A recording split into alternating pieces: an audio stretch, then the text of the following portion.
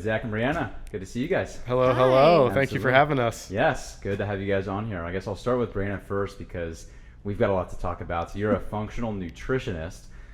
Want to explain a bit what a functional nutritionist is, and like what's the difference between what's a functional nutritionist versus like your basic like nutritionist? That's a great question. So I get this a lot. I think the main difference is I'm really interested in the root cause. I think that's talked about a lot. Like you hear root cause, but what does it actually mean? And it's addressing the real problem up front and not putting all the frillies into it. I think a lot of people are using a lot of Band-Aids and pills to mask and manage symptoms, but it's like, why are those symptoms there? You can talk about, for example, when people have like chronic headaches, I'll take Advil, which was me for a really long time. I'll just pop some Advil. And in reality, like, what is causing the headaches? And it could be something in your gut. It could have to do with your hormones. It could be you're not hydrated. It could mean you're not sleeping or you're stressed. That's a whole plethora of things. Right. But it's getting to those answers and just addressing them to go ahead and nip it in the bud of any more suffering than people need to really deal with. And I think we live in a world of a lot of unnecessary suffering and just living mediocre. And life is too precious to be living mediocre. 100%. Yeah, you see that so many with patients too about the Advil thing. Like you're just guzzling down Advil for everything it seems. I'm curious. You mentioned the headaches is especially interesting. With the role of the gut, I want to hear your take on that because a lot of people might not necessarily associate, wait, my head hurts because of what's happening in my stomach. Like, what's the connection there? So your gut is your second brain. It's known as your second brain. People don't know this. In fact, there's neurons in your gut, which is so interesting. The enteric nervous system. Yeah. And so looking at like the superhighway of the vagus nerve, which I'm sure you could talk about forever, when there is I try not to go into like the heavy jargon stuff, so I'm going to simplify it. When there's something off in your gut, when you're looking at all the bacteria that are in there that are commingling, when any bit of that is off, your brain knows. There's a constant conversation between the brain and what's going on. When I say gut, we're talking about your stomach, your small intestine, your large intestine, and everything all the way down. It's one super highway from your mouth all the way down out the bottom, right? Yeah. A lot goes on there. So when we don't, I'll put it to you this way. When you get really nervous and you have butterflies in your stomach, how does your gut know, right? Like it's everything that we're telling ourselves and through our thoughts and our minds, because our brain is always looking for safety and consistency. And when any bit of that is off, it immediately tells the gut something's wrong. And the way that we respond in that way, the gut just controls everything. For example, if we go into fight or flight, like if we're getting nervous, it's like, it could be running from a tiger or it could be a passive-aggressive email. We're going to react the same way.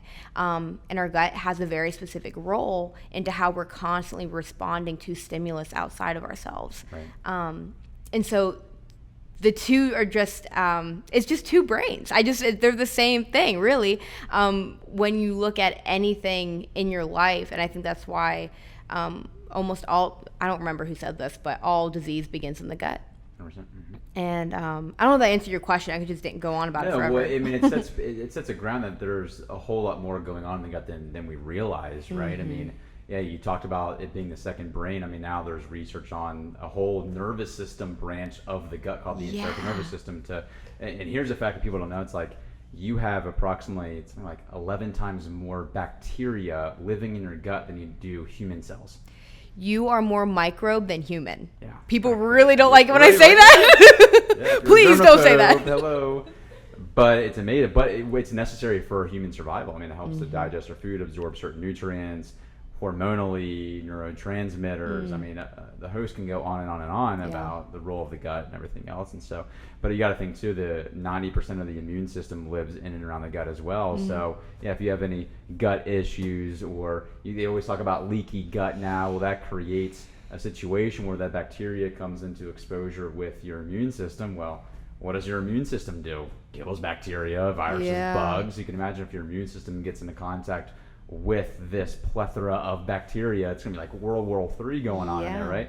and inflammation that gets to the root of it. So what do you find then? I know you do a lot of work with autoimmune conditions. What would you say, I don't know if you can say a percentage, but what role of that do you think is caused from inflammation or just gut issues in general? I would say it is hard to place it because everyone's so different, but I would say about like 2/3. And the reason being, when I look at real root causes of any sort of disease or even symptom, like we have to look at genetics. Well, it's not everything, but that's like 1/3 of it. And then we look at inflammation as a whole. It's like these triggers of stress, which is such a broad term. You look at physical stress, emotional stress. When it comes to autoimmune conditions, while I do look at the food of like, is this food causing inflammation? Has this caused physical shifts in the gut or in the body itself? Or what I often ask too is, did something really traumatic happen before your diagnosis? And 9 times out of 10, something did. That caused a severe emotional reaction, whether a family member died, lost their job. Zach, for example, when he was diagnosed with type 1 diabetes, his brother got into a almost life-ending car accident. Had to relearn how to walk, talk, all these things. But within that same year, then he's diagnosed. It was like within a couple months. Yeah. Really? And now he's genetically predisposed, but because of that emotional reaction, those genes that he already has in his own DNA were turned on. He was then any of that inflammation just went, caught like fire. And his body only knew how to react in one way to that stimulus response. And so I see that really often. And then, so we talk about that emotional thing. And while we can't change that, it kind of gives us a platform of where it gives the platform for the client to understand how much the emotional stress triggers matter just as much as the physical stress triggers, like food, lack of exercise or too much exercise, environmental triggers of chemicals, pesticides, all these things. Yeah, so you think that in Zach's case, that's what could have triggered that emotional trauma, obviously, could have triggered some of those symptoms that led on to the type 1. What was like, what happened there, Zach, was it just a regular checkup or was there some symptoms already going on? So my dad is a type 1 diabetic, and so he already kind of knew what the symptoms looked like. I think I was 11 or 12 at the time. And it was really I had just complained to my dad, like, hey, I've just been like really thirsty today. I've been peeing a lot. I just feel weird. And my dad, just on a hunch, because being diabetic, was like, let's test your blood sugars. And I was like 550 or something like that. And we were like, okay, that's not supposed to be that way. And so we went to the hospital, and they pretty much immediately were like, that is what it is. And his dad wasn't even diagnosed until he was in his 20s. Late 20s, which is not normal usually. Like for type 1 diabetes, it's normally, they call it juvenile diabetes because usually it's found in kids. Right. But prior to that accident, like, he was a perfectly normal kid. Yeah. And then I like normal, loosely defined. yeah. But again, like, that shows how genetics make a massive role. It's not that there was no autoimmunity in his family. It was there. And I think that emotional trigger, I can't relay the exact word scientifically because I'm not that smart by any means, but understanding how genes express themselves based on the stress triggers in life. Yeah, it's a field of epigenetics, right? Yes. It's like, people always say, I hear it a lot of time with my patients, like, oh, it's just in my genes. Right. Or it's like, oh my gosh. Like, people say all the time, like, oh yeah, my mom had a hunchback, so I have a hunchback. Or yeah, my back pain runs in my family. I'm like, does it though? Like, is it really a genetic thing? It's like, I don't believe it's a lot of things. Yeah, of course, obviously, certain things are genetically inherited. Yes, you have your gene pool, but how well are those genes expressed? Yeah. And obviously, certain conditions are more genetically warranted, like type 1, of course. But you see something like, diabetes, like type 2, let's use that as an example. Yes. Yes, is there a genetic link to type 2? I'm sure there are. Some people are more susceptible than others. Some are more insulin sensitive than other phenotypes, but majority of it's lifestyle and the decisions we make, which is what the whole field of epigenetics is about, right? Is how well those genes are expressed by our environment. You know? And you're not doomed. Like, you're not doomed to have the same symptoms and diseases of your family members. Because I think that is the biggest stigma of, like, to what you said, like, oh, because my mom or my dad had this, I'm going to have it. And they almost, like, manifest it for themselves, like, I'm going to have it. And they're just like, oh, why bother? Why try? And it's like, rather than taking the approach of, like, I'm going to do everything to make sure I don't, you have a real chance there. Because you're going to live a completely different lifestyle, I would imagine, then, to the people you're not trying to mirror. Exactly. You shared a phrase with me a while ago that I mean, I'm not at all up to the professional speed that you two are on this topic, but just in my observations, I think that the phrase was genetics load the gun, lifestyle pulls the trigger. Yes. And I think that encapsulates, just in my experience with my own physical health, is spot on. Because the genes and your family history might predispose you to some stuff, but it's the way you're eating and the lack of movement and the mental anxiety you put yourself through that really bring the manifestations of those genetics to fruition. And I think you could really speak to this for being a chiropractor. You know, you're just like the test person today. We're just going to use you as an example. Why you're here. Yeah. All about it. But, you know, the phrase, and Zach's family's been like, oh, well, we just have bad knees. I'm sorry, man. You're just going to have bad knees. I mean, you're like cringing. And it's like, and he started to get knee pain. And his parents were like, oh, well, yeah, I mean, we all have bad knees. And this was in the beginning when you really started to get active. Yeah. And you're still like young, like a kid still. No, I was like 25. Okay. Yeah. All right. He's changed a lot. I'm a late bloomer. Yeah. But and so he was like, oh, well, what am I supposed to do? But rather, we worked on nutrition, trying to, you know, bring down the inflammation. And he's never been to a chiropractor yet. Okay. I'll be your first. Okay. Trust me, we're gonna have a conversation. But rather than stopping movement, we leaned into it more. But we just tried to be smarter about it. And I'm sure you could speak to that. Movement's medicine. It literally is. It literally is. And people are so, and understandably so, but fear avoidant because we have pain and we think, oh, I'm worried I'm going to go hurt myself. But reality is pain's just a trigger that there's a problem. It's not the end all be all, right? It's not that, oh, I need to steer away from exercise, or, you know, it's rather like, I would say obviously exercise and movement's important, but really the way we move is equally more important. There's always a rhyme and reason for everything. And there could be a chemical imbalance, or what you're saying, inflammation in the joint, but if you combine that with a physical stressor where maybe there is something, you know, mechanically off, that could be a myriad of different things. You know, you could have, with any knee issue, it's normally never an issue with the knee. Look at me, for example. We're talking off air about how I tore all the ligaments in my knee. Well, was it really a knee problem or a knee symptom, right? Most knee problems, unless you get like a direct blow to the knee or something, it's, I would say, like up to 95%, it's usually a cause somewhere else in the kinetic chain, which is like how the different joints move together. So usually it's an issue with the ankles or the hips or the spine itself that's not moving properly, and then that creates compensations, which puts irritation to the knee. So, you know, if you have something like that going on, plus then, any autoimmune or inflammatory triggers on top of that, boom, that's going to create this cascade where you have it, right? There's always a reason for it, right? Yeah.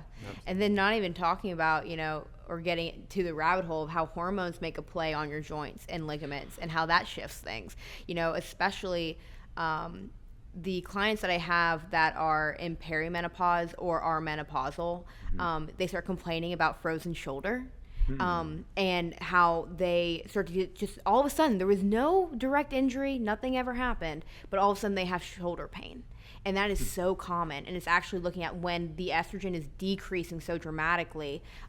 There's something, I don't know enough about the joints, but maybe you can speak to this, but like with the shoulder in particular for females as they're shifting out of estrogen, how that pain and inflammation locks up. Do you know, could you speak to that? Well, I do know estrogen's an important role for joint health, and the fact that it's good for keeping the ligaments and tissues more softened, if you will. Right. right? Because estrogen, it's a anabolic hormone, so it really helps with the rebuilding of tissues and joints. I know estrogen does play a role as well with bone health, right? That's why you see with women, risk of osteoporosis or osteopenia accelerates with menopause because the lack of estrogen hormone. So I would imagine, I wouldn't say I'm the expert on the topic, but I do know it definitely will play a role with like the integrity of the ligaments and the cartilage in the joint for sure, and like the rebuilding of that too, because it plays a big role with like growth hormone and things to help rebuild tissue. I mean, think with the average menstrual cycle, right? Estrogen's helping to shed and rebuild the lining.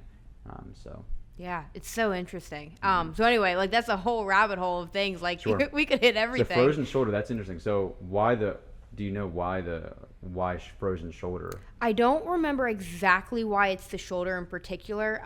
So all of this science is now being done which thank God, around women with menopause. Because before it was just kind of like an out to pasture type mentality in the medical field. Like it's just menopause, lady. Like and really no one knew how to help women through that time that we all will go through, that females will go through if you make it that long, like hopefully.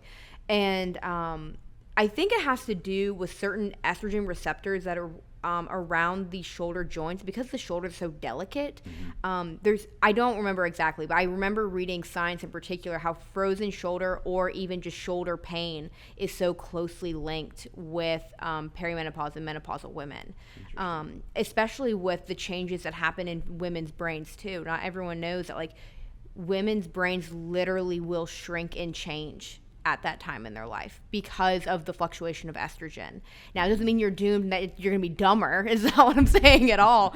But you know, when you then take the approach of lifestyle factors and focus on making sure that your inflammation is down and that you are still moving, you are still rebuilding, that just becomes even more important. Yeah, I hear that. Well, that's interesting because I'm like thinking in my head now at some patients, because I see a lot of frozen shoulder, and I'm like, oh man. I'm like, one, two. Yeah. I'm thinking of those women in that age category. Or you'd be shocked too how many women are showing their perimenopausal in like their 30s or early 40s. Yep. You know, very premature. What's I'm sure you hear this a lot, I'd imagine too, with around menopause or perimenopause, that, oh, it's just my hormones, there's nothing I can do about it. What are some proactive things that, obviously menopause, it's a natural phenomenon, but what are the things women can do to sort of protect their hormones? Yeah. If that's the right terminology. No, it's a great terminology. So the first two things is strength training and protein. Those two things alone. And I think for most females, myself included, I was totally this person. We want to be cardio bunnies. We just want to go on our treadmills or whatever it may be and just sweat it all out in Orange Theory. And nothing against Orange Theory, but like it just goes too hard. And agreed. And around strength training in particular, like there's this misconception that when you start lifting weights and eating more protein, that you're gonna all of a sudden like bulk up and like gain all this size, right? Zach agrees with me. It's like, man, like women say, I'm afraid. Yeah, I'm afraid I'm just gonna like turn into a dude. I'm like, do you understand? I've been lifting weights for like 10 plus years. You know how hard it is for males to build muscle. Crushing myself to get even a tenth of what you're worried about me. You're fine. You are fine. You have the 10th of our testosterone. You'll be okay. Man. So yeah, I mean those two things alone, and then looking at quality sources of protein. You know, it's not going to come from Quest chips. Sorry, ladies. Like, you know, I know that's a big one. I always get that question. No, it's going to be from animal sources of protein, lean sources like chicken, fish, beef. You know, those are totally fine. And everyone's different, right, too? You know, and you have to find what works best for you. Like, I know I don't do well when I eat beef every single day. Or, honestly, I'm fine like once a week, and everyone's different. But what doesn't change is the importance of resistance training and needing a quality source of protein and hitting. I think my recommendation is getting about a gram of protein per pound of ideal body weight of whatever you want to weigh. Because people worry about, is it too much protein? Is it going to stress out my kidneys? There's actually, the science today does not show there's a lot of tax on the kidneys itself. The body's really smart and will actually use the protein and place it elsewhere to where it needs to regenerate. It's even for your brain. And so with a lot of the fears that always get brought up for women in that way, like, plus your confidence is going to grow when you can pick up something heavy and you're like, yeah, I'll help you move a couch. Like, you know, like your confidence is going to skyrocket. That's why he loves me, because I can help him move a couch. It So doesn't hurt. Yeah, no, it's so true. Well, I mean, even reduction of injury risk and so many more benefits, it's all inherently linked with that. I mean, that's what I love when we use the Proteus. You know, we put someone on there, and what I love about it, it measures, whenever we get their assessment back, it measures something called their power age. So it's basically like it takes a mean average of strength for the average, you know, women of a certain age. So say you're, you know, 40 years old, it takes, you know, the average overall strength of a 40-year-old woman, and it looks at your data and it tracks, okay, how close are you there? So it gives you an actual power age. So it's a good reflection and kind of like an eye-opener, like, you know, to see, oh my gosh, I have the strength of a 60-year-old, like what the heck? But it's like, well, at first it's like, no, that can't be true, but you really think about it, and it's like, well, yeah, like, look, you know, and it's cool to work at improving that for quality of life and even just longevity. And that's so powerful to have that benchmark too. Yeah, it becomes like less of a just ethereal concept. Oh, you need to be stronger. It's like statistically, you have the strength of someone who's 30 years older than you. To your point, that's like, oh, that's gonna be a wake up call. Yeah, and the average person loses about 10% of their strength every decade after the age of 30. Women, it's about 12%. Wow. So you think by the time you're 70 years old, you could have lost up to or over 40% of your strength when you were in your peak physical health. Wow. And so if you're already in your 30s and you're already in a negative deficit, well, that's only going to compound if we don't do something about it now to fix it. Right. Which makes total sense too when you look at, you know, insulin resistance and type 2 diabetes in particular, because your muscles are an endocrine organ. Like, they use so much glucose. And so if we're losing strength, we're losing muscle mass. You're losing an essential part of your body that's supposed to help you regulate your blood sugar. So as we're getting older, and we're losing strength and not doing anything to take care of it, that's why we're seeing, it's one of the reasons, I'm not going to say the reason, of why we see such a skyrocket of insulin resistance, type 2 diabetes, heart disease, things like that. Yep. Yeah. Absolutely. It's all amazing how it's all connected and linked. It's not just one thing, right? It's not just food. It's not just movement. You know, and then don't even forget about like the emotional and stress sides of things, how that plays onto everything else too. You know, it's never just one thing. Like, you have to build your own wellness recipe, like for yourself. Like, what is my recipe and his recipe are very different, but we're both have the same goal of trying to live for as long as we can. Yeah. How'd you get into like nutrition and this journey? So really it stemmed from growing up and not having any real direction or leadership around it.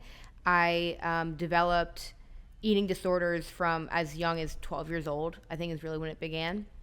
And I started in anorexia, and then it shifted into binge eating, and it was really for control. And so I went on these yo-yo diets of things up until I was about probably 20 years old. And I really hit like a rock bottom when I went to college. And I had a lot of chaos in my life at the time, and I wasn't doing any of the lifestyle factors. Like, I wasn't sleeping. I was pulling, what college kid doesn't pull all-nighters? But did that way too much. And I was actually going to art school at the time. So, and I was restricting my food and my calories as much as I could because I just felt so out of control. So for control, I placed it on food. And so through all of those things, you know, I had to kind of work my own way out of that. I actually didn't have anyone to lead me out of that. I really had to kind of find my own way. And thankfully, you know, Zach and I have been together for a really long time. We've been together 11 years. So he was there through me, like with that. So he was very supportive and helpful. Dated and you guys meet in college? High school. We met in middle school. Yeah. Really? Yeah. But then started dating in high school. Yeah. Yeah. Yep. And then married 4 years now. Yep.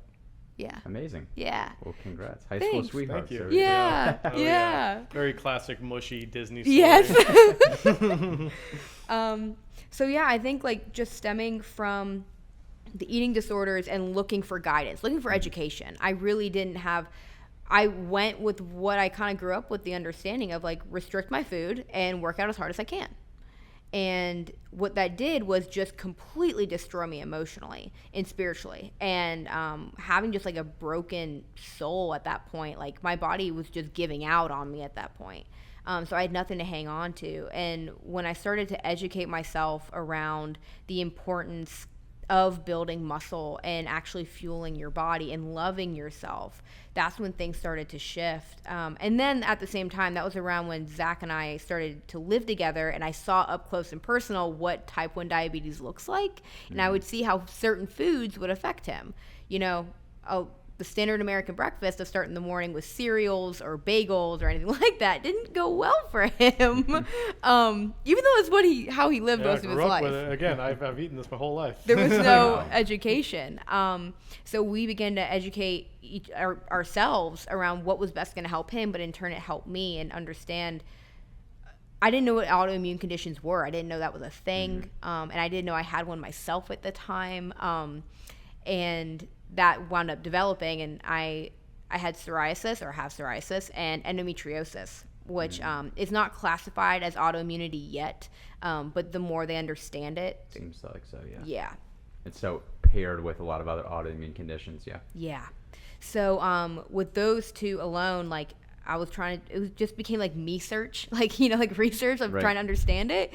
And it just didn't seem like enough to go to the doctor, and we weren't getting anywhere. We kept going, like he would go to his endocrinologist. They'd be like, just keep staying alive, buddy. Take your insulin. Really, there was no direct, like, but he was like, okay, but I want to be like good, you know? And yeah, how can I optimize? And, there was no direction. So it was just through a lot of that education. And then COVID hit, and all we knew during COVID when it first hit was like, hide the elderly and hide the diabetics. Like, don't let them out of your sight, board them up. And so that's what we did. And but being indoors, we saw how much it was affecting our health, and I don't know, the stars kind of aligned where I was like, I need to know more. And that's when I decided to go to school, and to the Institute for Integrative Nutrition, and that showed me the gut microbiome and just opened my eyes. Like, there's so much more than what we're being told out in media. Yes. So yeah, that's kind of where it all started. I remember a big spur of it too, because I remember the interest for you starting with that Sprouts magazine that we picked up, and it was something you got. It was something that was like, you know, 50 foods to keep you healthier or something like that. Superfoods A to Z. That's Superfoods what it was. A to Z. Superfoods A to Z. Okay. And that's when she started educating herself on the impact of nutrition on your physical well-being, and then you started getting really frustrated with how during COVID, there was no push for like, get some sunlight, drink water, eat decent food, like prepare your body to fend off this thing, whatever it is. And so I think that was a huge catalyst for you too, because that might be when you started to pick the sword up. Like, no, people need to know how impactful it would be if they would just eat whole foods for a little bit and stop drinking so much sugar and that kind of thing. It felt too precious to keep to myself. And so I started sharing it online first. I was like, there's all this information that's so powerful and not that complicated. You know, I think when people think about, oh, I have to start doing better and eating better, and they think it's going to be really complicated, and it can sound that way. It can be really overwhelming. But it doesn't have to be. So much of what makes us healthy are just in the basics of getting sunlight and moving your body in whatever way you enjoy, and eating whole foods. Like, just that if it once had a mother or came from the ground, like it's good. Like, you can eat that. If it's coming out of a box, like, try not to eat it, you know? The simple basics. If you just take those alone, you're going to get off to a good start and it's going to grow from there. I think everyone thinks they have to go right to a specific diet plan. And I was like, oh, it doesn't have to be that. Yeah, we tend to overcomplicate things very well. Yes. You know, but the reality is, there's a good quote. It's like, you don't need to be educated more than we need to be reminded. Like, a lot of these things are not very nuanced or trendy fad things. There's plenty of that out there. And I think there's something like, whenever we think something should be hard, like diet and exercise, okay, if you just eat right and exercise, you'll be healthy. Well, yeah, there's as simple as it is, there's some complexity in it. So we see, I think there's something like with her brain where we see that, okay, this is going to be difficult, it's going to be challenging at least at first, so therefore the solution and method needs to be super complex. When in reality, like, no, the plan should be simple and basic. The actual work might be complicated at times, but we tend to overcomplicate things a little bit, for sure. But I feel like we'll get to the education and definitely like the marketing and the branding elements of all of this too. Nice. Be good. Y'all are killing it. Don't worry about me. I'm having a great time. Yes. So Zach is big background with marketing and branding, so definitely want to pick his brain with that. But when you look around the landscape today of, well, what's being pushed in our brains, like, it's so easy. Like, I feel like if the common message was, and I think COVID, it really brought awareness to this, at least for a lot of us, and for myself too. It was like you could clearly see the attack on health, and it was like, so the obvious things, we knew it, the research was there, the data was there, the people who actually cared and seemed like they understood health, like, were all saying the right things, but the overarching message was none of that at all. And you look at what we're being told, where processed food is normal, junk food is normal, sugar is marketed in absolutely everything. It's like, it seems like the world in some ways wants to keep people fat and unhealthy, and controlled, and it's easy to market to somebody something that's not healthy versus something that is necessarily, right? I couldn't agree with you more. And I think the problem now is too, it's really getting away from us, where to give just basic general advice like that, it can be really damaging, because each person's individual too, right? And we're becoming more complicated because we're so far from health. Like, I think we as like a species are becoming so far from like the basics, where we're indoors most of the time and we're eating whatever's quickest, and we're moving less. So all of these basic things start now in childhood. Like, the rate of childhood obesity is up astronomically, and it's like, why? Like, if it's starting then, what is the projection of their life going to look like? Terrible. And so I think when we look at general advice, it can be helpful for like the normal average human, but who would say they're normal and average? It's a really small percentage, because I think so many of us are dealing with symptoms and we don't understand why. And so I think, like, when you take a one-on-one approach, I mean, like, just like the way that you do with your patients, like, each person's individual and you see the person in front of you, they're going to need different approaches all along the way. And so I think, like, that's kind of what went wrong in COVID too. It's like they gave this general advice to keep everyone safe and alive, but that's different from thriving. You know what I mean?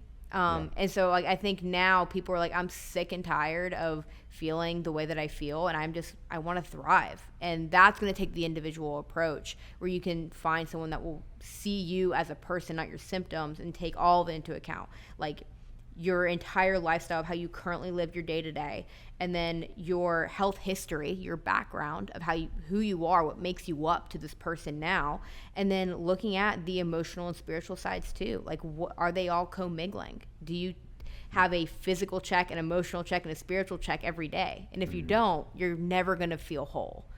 You need all three in line. Does that make sense? Absolutely. Okay. It's all interconnected.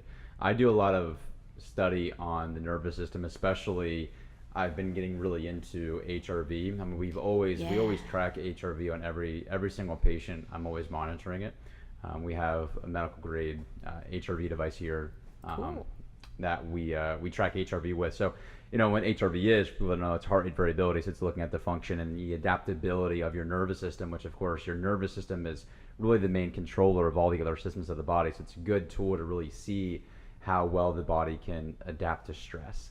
And I think it tells a lot of the story of what's going on internally with them.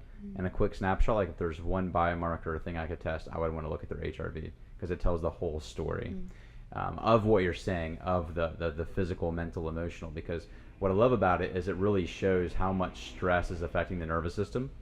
and the ability for the nervous system to adapt, right? And the game in life is all about adaptability, right? How well can we adapt to stress? How well can we adapt to certain toxins in our environment and try to mitigate those toxins and stressors in our environment? But ultimately, if our body is failure to adapt, then, well, you're going to have sickness and disease. Kind of like COVID in a way. It's not so much like the COVID virus that is lethal and killing people, but it's rather that there's a failure of the system to adapt appropriately to that virus. And you can pretty much apply that same principle to any other health condition at all, right? But on that note, it shows how much stress is affecting the nervous system, and so then we can audit and say, okay, what are the main stressors? Is it a physical stress? Is it a chemical stress? Is it a mental emotional stress? And then you can really digress and get into the root of it. Yeah, I am obsessed with mine. I track it on my watch. Yeah. I mean, I don't know how accurate it is, but I have a Apple Garmin. Watch? No, it's a Oh, Garmin nice. watch. Those are good, yeah. Yeah. Okay, good. I'm glad you said that. And to that point, like mine is always at a particular number. And there was one night, it was for our anniversary dinner, and we went out to the steakhouse. And we never really go out to eat, honestly, because we think our food's really good at home. So we just like never cook? go. He's a great cook. I enjoy the kitchen. Yeah. Nice. But like we're like, oh, well, this is what people do. Like go out to eat for special occasions. So we went out, and this was literally like a month ago, and I ate so much food I don't normally eat. There was fried food involved. It was just super large portions. I left like, oh God. I was like, why did I do this? Okay, my HRV for a week was down 10 points. Wow. 10. And like by 10 points. And I was so irritated. Even when I started to feel better, I mean, I felt awful for like 3 days. My gut was messed up for 3 days. I was so mad. I was like, this is the worst anniversary ever. I was like, why did I do this? And then I was like, okay, I should get back to normal. Like things are starting to feel normal after 3 days. And my HRV was not improving. It was still unbalanced and it was still dropped. And I was like, no. And I was like, so I go into like over mode. I'm like, I want to fix it. I'm going to do all the right things. And then I'm stressing about it. So I'm like, that's not going to help it. And I'm like, what do I do? Now it's finally come back. But just from that one meal that had more inflammatory factors, fried foods with seed oils and, butter and an excess that never is normal for me. Totally changed how my body is reacting to stress, to your point. So yeah, I saw it so directly. And then I've been in places where I've overtrained before, like when I was so overtrained for a trail marathon I did in April, and my adrenals were shot. And my HRV was unbalanced for quite some time. And I was like, this is not good. So anyway, I've seen it firsthand. I understand what you're saying. No. Yeah, it's crazy. People like it's so funny what you mentioned too. If you're, it shows. I wonder how many people who kind of eat maybe not the healthiest all the time. If they had that dinner, would they feel as sick, or does the body feel like it kind of gets used to it, right? And then it's like once you slip off of it, you realize how sensitive your body is to it, because it really magnifies how much of a stressor that eating unhealthy or inflammatory food actually is to our bodies. But it's even more alarming. People eat it on a regular basis. They feel normal because like their baseline is just so used to operating at that level. Isn't it amazing how the body will adapt just to keep you going, though? You know what I mean? Like with so many of my clients when we do elimination diets, and one client in particular, every night she would finish the night with she would put cheese on popcorn. That was a new combo for me. I didn't know people did that, but she loves it, and that was just like her go-to snack. And I was like, okay, look, I know you love cheese, I know you love corn, but with the gut issue she was describing, with the pain and the nausea and irregular bowel movements, I was like, we need to take a look at this. And so I was like, you can pick with which one we'll start with first. I try to be a little bit easier about elimination diets. I'm like, we'll go one at a time if they're really emotionally attached. But she went both.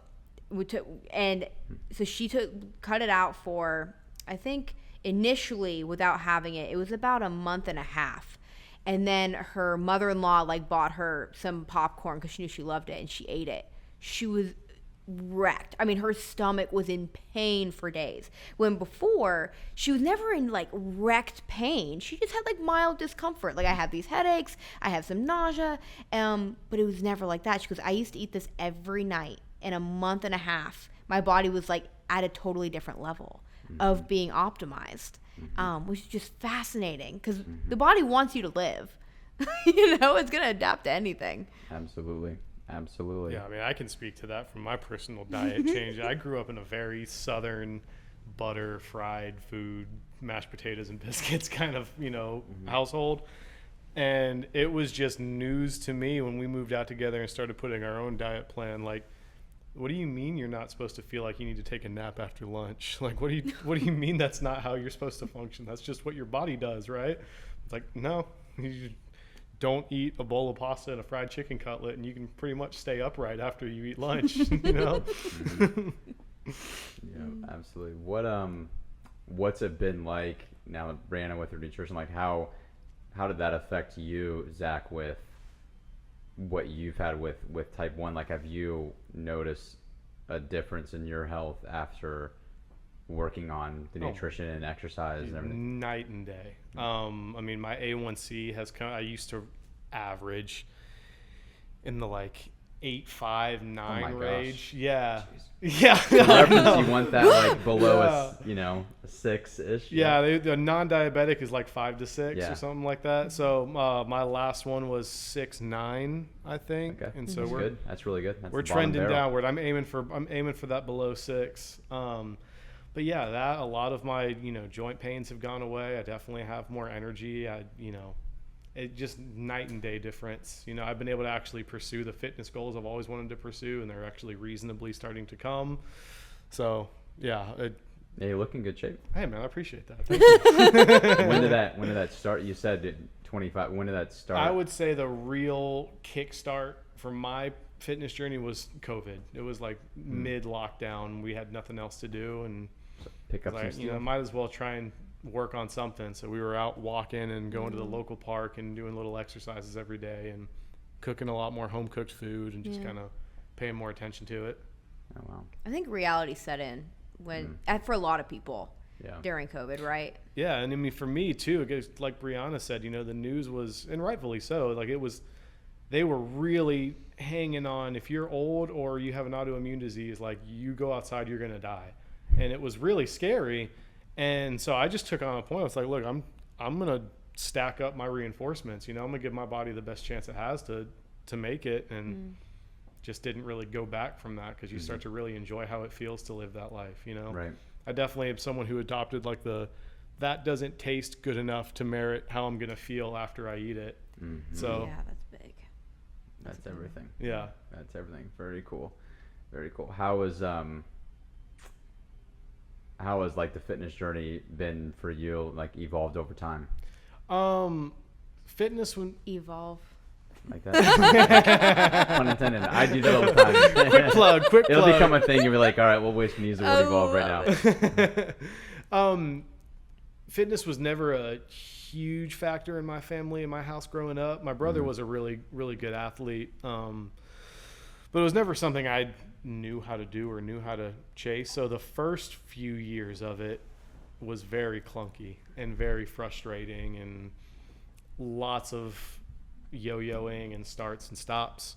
But you learn with something like that, and I'm sure you can speak to this when you work with your clients. It's like, I think we already kind of touched on this earlier in this podcast, but like when you make the mistake when you're starting something new like that, like a new lifestyle, of thinking it's got to be this massive change all the way up front. Like, oh no, I'm going to hit the gym 5 days a week. I'm going to go crush this. I'm going to do that. I'm going to do all these things. And it's like, there's no way to sustain that new workload so quickly. And with stuff like that, you have to like inch your way into it almost with like laughable first goals. Like, I'm going to work out for 10 minutes a day. Something that's like, that's not going to do anything. Well, it's establishing the habit and establishing the lifestyle. And so catching on to that is when I really started noticing like, oh, okay, this is getting a bit more habitual for me. I'm actually starting to feel myself getting a little bit stronger. Now it's 30 minutes a day relatively easily. Now I'm doing an hour a day. And over the course of 3 years, you get to a point where it's like, now it's just part of my lifestyle. Now I recognize the difference I feel when I don't do those things. Now it's a part of, it's like brushing my teeth. I have to go and move something. And you learn ways that your body responds too. Like as a diabetic, I know if I don't go for a long walk in the morning, my sugars are crap the rest of the day. If I just go for a 2-mile walk in the morning, I can run my 100, 120s all day. And that's critical to me. And yeah, so I think I've just caught on to the discomfort of doing the exercises and doing the workouts and doing all that stuff is way less uncomfortable than living with, my sugars are 300 all day and I feel sick and dehydrated and all that. So it's an easy trade for me now. Well, you think, going back to like the conversation of adaptability, it's like your body adapts to the stimulus. I think like I don't know if our evolutionary biology is necessarily built for us to thrive more than is built to adapt, right? Like that's the thing, like why a lot of us get in trouble with our health is because, well, our body can sustain and adapt to even like terrible health for a long period of time until finally like there's limitations of matter and then things start to show up and you're like, well, how'd this just start now? And it's like, well, this has been like a 30-year thing. Right. But to the point when it's like you had said, oh wow, like now you eat something you shouldn't or had a little bit too much sugar, you probably feel the effects way more now than you did when you were a kid and just had no idea you even had type 1. I think it's because now your body's adapted this whole new level. Well, now the second you go back down, it's like utter chaos. Like, what is going on right now? Right. It will be just like somebody who, just never trained before in their life, and you tell them to go run a marathon, like their body would just shut down and not be able to function. But you tell someone who runs marathons all the time to stop running, and their body will like have that same shutdown feeling too. But it's just the difference of what your baseline is and how that affects your overall like physiology.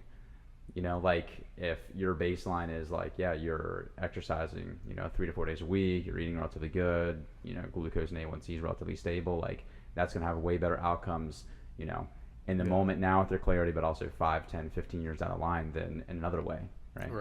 Right. Absolutely. I'm sure there's parallels too to like what we're talking about with health and to the media marketing world too, because like a lot of people want to they're like, okay, sure, you talk to people and consult people on things, and I know I was this way where it's like, all right, I got to get, gotta post daily content, gotta have the email marketing, the SEO optimization, all these different things. You try to control it all the time, but it's like, well, if you're not even starting that stuff yet, or you're just into it, it's like, all right, let's try to let's post once a week and 100%. And let's do that consistently before we start going on a rampage with that, right? Yeah, well, it's the same. I mean, to the point of like coming up with, it's about the goal. It's about why you're doing it. What's the goal here? You have to know your health goal. If you're going to put a plan together, a nutrition plan or a chiropractic plan that gets me to where I want to go, I got to know where you want to go is. So you run into people where it's like, I assume I need to be posting 17 times a day and I need to have blogs up so that SEO and all that. But you realize like, okay, but you're a chess instructor. How many half of that stuff has nothing to do with why are you your dancing on goal. TikTok? Yeah, like it has nothing to do with what you want. So that's so much of any sort of difficult journey is understanding like where you're going and why you want to get there. Yeah, exactly. 100%. How do you? Because I know there's so many parallels like with the work that we do with what you do. How do you? Okay, for consulting with someone, what are some of the key indicators you look for to set? This is a terrific segue, by the way. I gotta give you really slid into this one, man. I'm blown away right now. Watching it, like there it goes. It's like, wow. We'll just go back and forth now at this point. Beautiful, man. No, I appreciate it. So key indicators to. I'm sorry. What was the full question?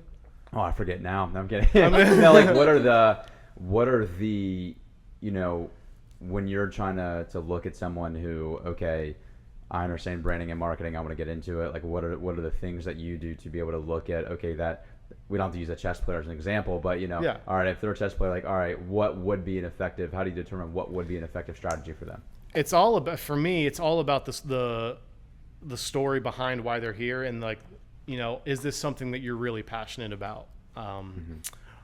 We started back in 2019 with marketing stuff, and we were very green then, and we took on just kind of anybody that would want to work with us. And you learn there's a lot of business owners, not to throw shade on anybody, but there's obviously a lot of businesses out there where it's like, this is just a really good paycheck for me, right? And those businesses are really hard to create a good plan for, and a good, like, here's what's going to work for you, because there's no love, there's no passion there, there's no emotional trigger. So if I'm looking for someone who I'm really excited to work with that I think I can help, it's people that are like sharing both of y'all's stories. Like, I started this business because when I was a kid I needed this and it wasn't there, and then I went through this transformation and it opened my eyes to this thing that everybody needs, and you have there's a story to tell, there's a mission, there's an impact I'm trying to leave on this planet. That's usually if I can find that, then we can work with that, because let's say our chess instructor, if it's just someone who's really good at chess, I don't know that I'd be able to come up with anything that's going to be unique for you. But if you come to me and you're teaching chess because you didn't have the educational foundation when you were a kid to really understand problem solving, and chess was your way to do it, and you did this and met all your friends and who you call family now because of how you did chess, and now you've started this business because you have this journey that went with it, and I want to share that with other kids. Boom, that's an easy, okay, so then your content's going to be geared towards this age group, and it's going to be kind of tying correlations between the game of chess and life and how it plays in. Like, you start to develop your unique voice and your unique plan, because it comes from a place of, I needed this when I was at some other chapter in my life. Yeah, I love that. So it's more of how you build the story around the brand. Absolutely. Everything's story. Everything is storytelling. And I think everyone has a story. Absolutely. And I think that's the point when you have a platform to be able to tell it. And I think people know that they have social media, but to then actually verbalize what that story is and share that becomes, it really can be like an art, it's hard to know like how much to open up or not to, and who to speak to, when more often than not, I think you're speaking to yourself. Like, when you really like are so tightly passionate towards what you do, and it's like your purpose and you can feel that. I feel like you really just wind up speaking to a past version of yourself, of who you want to help, really, and I think that's what drives everybody. Yeah, I think maybe that's why I'm passionate, and it resonates with some people, because I feel like my intention with, obviously, my journey, kind of a similar story, right? I came through, got injured, was rehabbing my knee, and it got me into this wonderful world of transformation, and that parallel with so many other areas of health, because I was just trying to optimize all formats. And then I was like, deciding, okay, what do I want to do for a career, where I'm like, well, I'm obsessive about this thing, and let's just do that, and I think that's been my kind of lens for decisions I make and the business I wanted to create and who we wanted to help, was like, if I just dove solely into, okay, how can I help myself in the best way? Yeah. Well, if I'm really good at solving my problem, so that can translate in helping other people as well. And that's like when we're talking about how I started like my YouTube vlog back when I was in chiropractic school. My literally sole purpose of it, obviously, was just to learn video, really, but share a message that hadn't been shared before. But my whole litmus test for it was like, okay, if I can help one other person, because I was that person that didn't, have anything to research on YouTube for chiropractic stuff. So it's like, if I did it, there's got to be at least somebody else who's also like me, who's searching for this thing. Well, if I can help that person, it'll be cool. And then you come to find, oh wow, there's more people like me than we realize. Yeah, absolutely. We're not all that unique. Exactly. Usually when there's are you laughing at the 5 stories line? Yeah. We go to North Point Church, and pastor there is Andy Stanley, and a couple weeks ago he was doing a sermon where he was just explaining, like, as a pastor, I've learned, like, everyone here feels like they've got unique problems and all that, but there's like 5 stories. You're either this one, or that one. And that's so true with people. Like, and it's not to invalidate what you've been through, but it's like, it's that we're all in this together. Yeah. Exactly. Yeah. We all have relatively similar experiences that we can connect with each other with. Exactly. Which may be true to the point. It's like, just be authentically you, because it resonates with at least a fifth of your audience. Yeah. Absolutely. Right? And even I think people resonate with authenticity. So even if yeah, I might not have gone through the exact experiences you've had, but in some way I connect and resonate with my own journey in some particular way. Plus, someone's really authentic and true. 100%. Like I feel like we can sniff out when someone's faking it, or they're, not expressing themselves fully authentically. Right. Right. I think everyone's got brands too, where like you're just loyally attached to their products or their services because you relate to them in some way. Everyone's got something like that, Of course, it's all branding is, yeah. Yeah, exactly. It's creating the emotional connection. It's helping people feel related to why you exist, Simon Sinek says people don't care about what you do until they know why you do it. And that's just, it all falls down to like, what's the impact? Who are you helping? Why are you helping them? Right. Regardless of what business you're in. That chess instructor could make a huge world-sized impact for 2,000 people and have a successful business, Right. Exactly. How did you get into the branding and marketing? Was it something you always studied and got into, or did it Dude, I have been all over the place and then some in my life. I'm definitely someone who is like undiagnosed ADHD. I try so many things. I think I've just always loved communication. That's manifested in music. It's manifested in game development. It's just, I've hopped around to a bunch of different things. For most of my young life, I was planning on being a songwriter, and I was gigging and writing music, and that's what I wanted to do. Turns out not liking nighttime and liking being with your family doesn't bode well for a touring musician. Yeah. So I decided that I didn't want to do that. I went to college and studied sales and got a degree in sales. And again, I loved that because it's about communicating with someone, learning what their pains are, what their issues are, and then helping connect them with a solution. I was very naturally good at that part. But after college, realized I'm a terrible employee because, I have a very clear vision of how I want to deliver value to somebody, and I have a hard time being told what to do and where to do it. Luckily, my best friend has been an entrepreneur since like 7 years old, and when I graduated college, he was trying to start like a Airbnb kind of arbitrage business and needed someone to help him with the sales component of going to these rentals and pitching the idea and that kind of thing.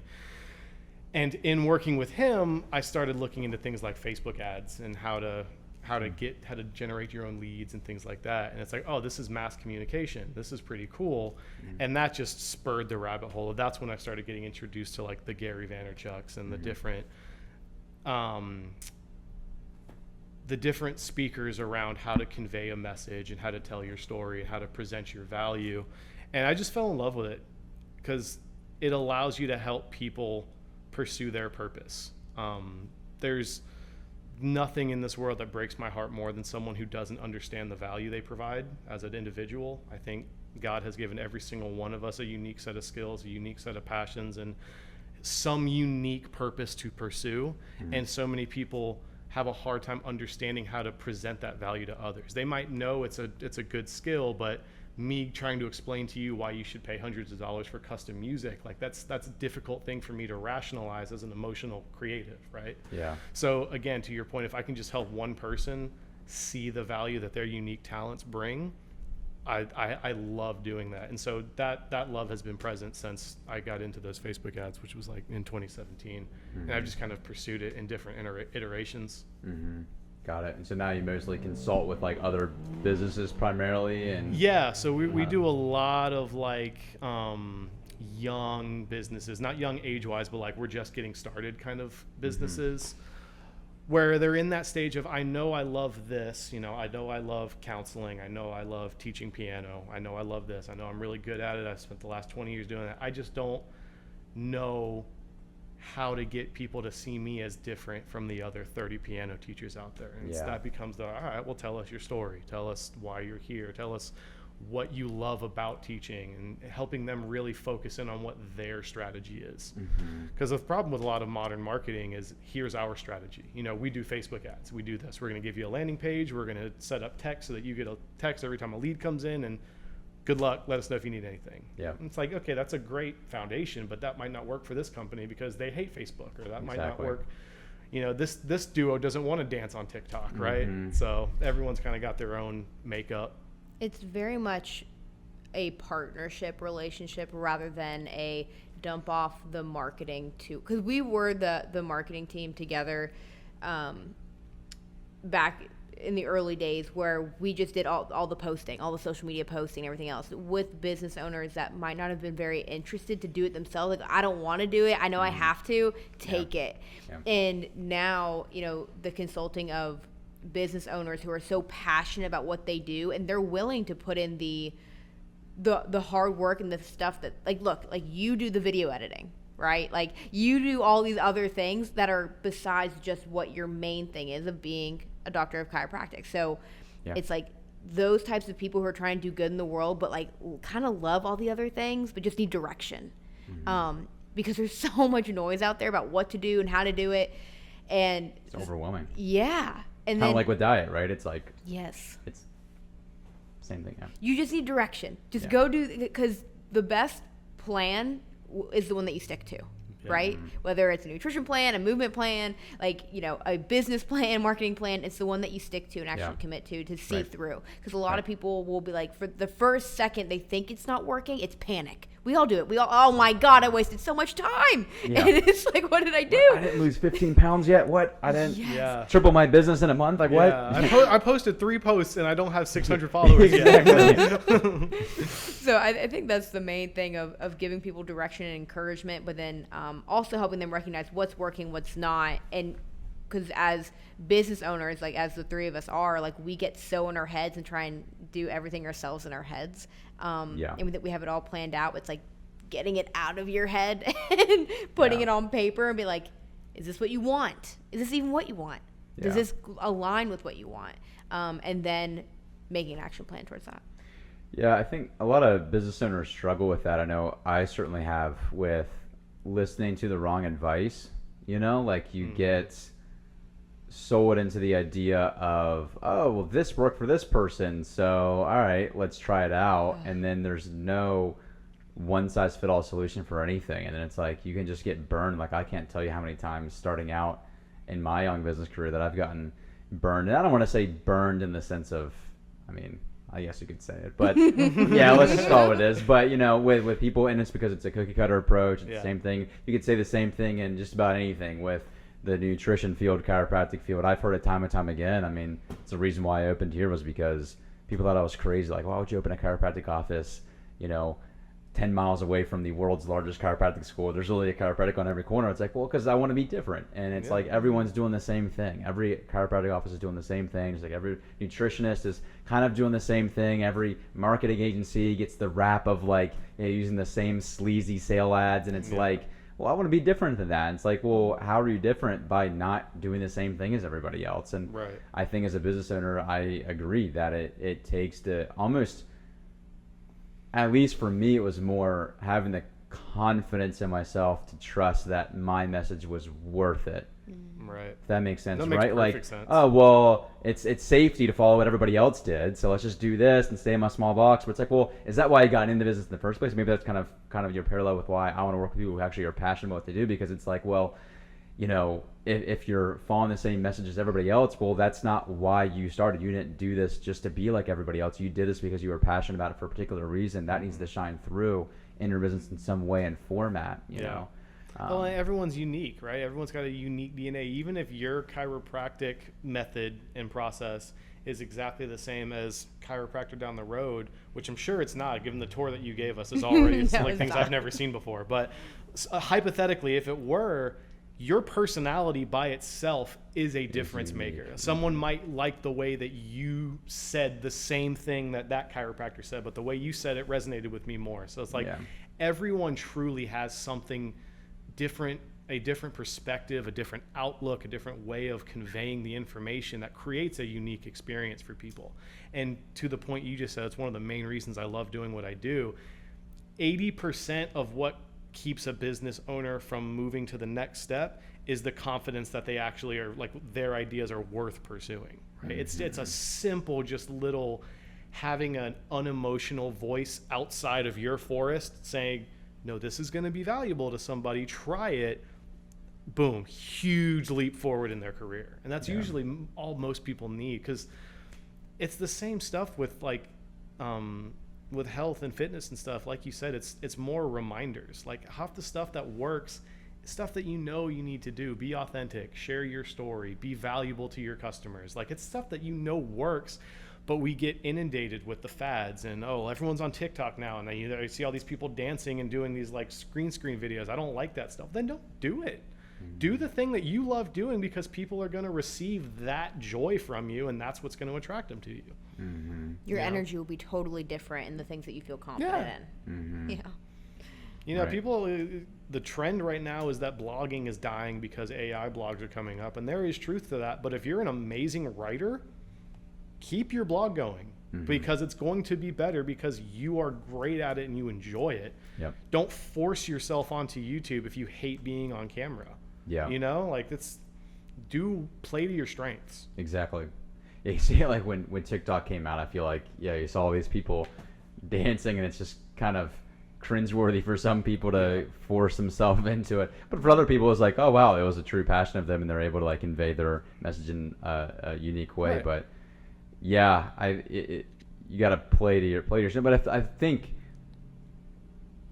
people here, especially in the age of social media, we hear I should do this, I should do that, but it's like it lacks I feel true intent of, well, how is this relating back to my business? Like, yes, creating content is good, but also like, okay, if we're talking mostly to a local audience here, has a local brick and mortar, like, okay, who cares if you go viral? Like, what's the real goal and how this is helping your business, right?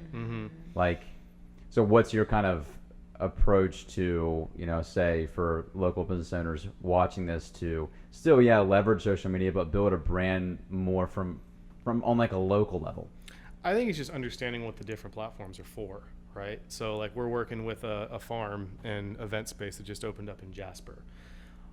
Obviously there's not a whole lot of worldwide reach for your local farm, right? So it's understanding, okay, what's the main thing going to be? Right now they're crushing with the owner of the farm going on to Cherokee Connect and on spending time on Facebook, actually directly reaching out to people, right? Like people think marketing, they think automated ads, outward reach, but like networking is still a massive piece of marketing. It's still personally my favorite because it's human connection. Right.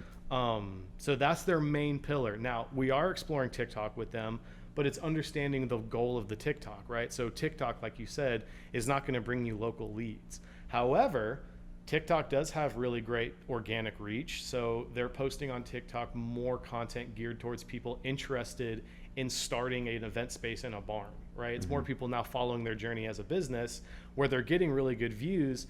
And then, okay, so the goal there is maybe creating an income stream by, setting up a Patreon for all those viewers to donate to the animals. And so now it's just understanding the why behind all of it. It's all intentionality. I think people make mistakes by just doing things because, I know I need to do it. That I can't tell you how many times we heard that phrase being the social media marketers.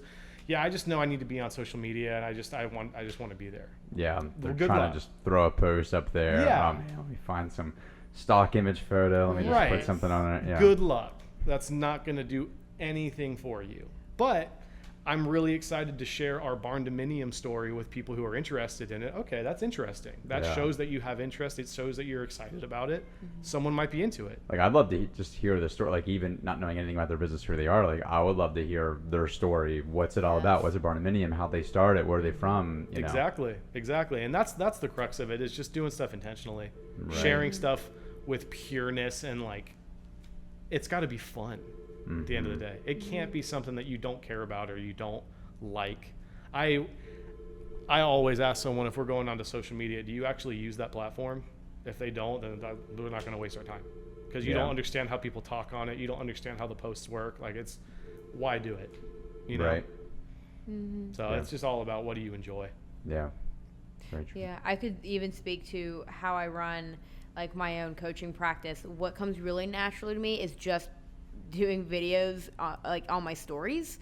I have tried actually posting and making like cool reels, and like people are like, oh, give me like cute little snippets about nutrition info on TikTok, and I cannot do it because I'm like, yeah, I could talk about how cool avocados are, but then I want to tell you about how and why and what it does, and like I want to go on forever. But like, and what's become authentic for me and how I've actually gained business is how I'll just ramble on my stories and they'll follow that. And then that's it for the day. And it's like, oh, what cool thing is she going to say tomorrow? And like, that's kind of how it goes. You know, like I have tried to make the cool reels and they don't do nearly as well because it doesn't come natural to me. Like what comes natural is like when people can see me, like I want to say face to face. They only see my face. I don't see their face, but like as if I'm speaking to them. Like I know I love speaking one-on-one to people. So I'm going to pretend I'm talking to someone in front of me on my story. That's the only way I really know how. Yeah. And not bother with anything else because nothing else works for me. Yeah, it's like what works for one brain's not going to work for someone else. Right. You know, it's so funny. I thought I've experimented. We tried like super really polished, like you might have seen some of the stuff on social media. Like we try like really polished, like brought in a videographer team to shoot, and they're amazing. And I'm still gonna like use them for different projects. But like we just tried making like random like real stuff, like really highly polished. Did okay, it did fine and cool. But like the stuff where I just took on my phone and just press record and just talk to the camera, took off. Like it's so funny. I think there's something about like we think in our heads like, oh, social media needs to be done to a T and perfected, but sometimes it's the imperfections that does really best because it's just the message was really good. And that's always been my experience. As long as the messaging is good, like it will usually perform very well. We had a reel, it's still going crazy viral. It has like over 1 million views. It's crazy. Whoa. Remember the patient I said that we lost 170 pounds? Yes. You guys should see it, so you'll think it's interesting. Obviously we take x-rays on every patient, so we took an x-ray of her when she first came in at 320 pounds, whatever, right? Her spine was like straight as an arrow, extreme levels of degeneration, looked a mess. And then we took a post x-ray of her whenever she's lost 170 pounds, pain-free, amazing, to see how the spine has changed beautifully. Like her curvatures looked perfectly. She even had some regeneration of her disc, which you almost never see. Like it looks like a completely different spine. You know, you can tell based off some teeth work she had. It's the same person. Yeah. But it was very cool, and I thought it was amazing. So I just made a quick little video like, hey guys, look at this cool little thing, and it like just took off like, you know, this crazy viral thing just from that. And it's but yet, you know, some of the video, and that took all of what, you know, 30, I literally just pulled on the camera, 30 seconds, done. I posted it because I was like, it's kind of cool, but I didn't think that would ever perform very well. Yet videos I put hours into making and editing, do something. But you try, I think if you like it, like I think maybe for me, putting all the effort into the video work, it is exhausting, it is a lot, and it kind of almost shows like you're trying too hard, if you will, but it's not really authentically me versus me just putting on the camera but talking something that I love. Connects better because it's more real, you know. Well, and the excitement is contagious. Even just listening to you tell that story, like I'm smiling with you because it's like, I can tell, I could feel you resisting the urge to go off on a 45-minute tangent about it. You know what I mean? Like, and that's me about everything. that's what's captivating about any sort of content marketing. You know, at the end of the day, people forget that having content's not the goal. Having followers is not the goal. The goal is to create business. And so the mistake that happens when you make content that is doctored and that requires you to like put on any sort of character or polish it up, that's not really what people are going to see. The content's there to warm up potential customers to feel like they've already experienced working with you. So if the content that they receive online is different from actually experiencing you, they're meeting a stranger the first time they meet you.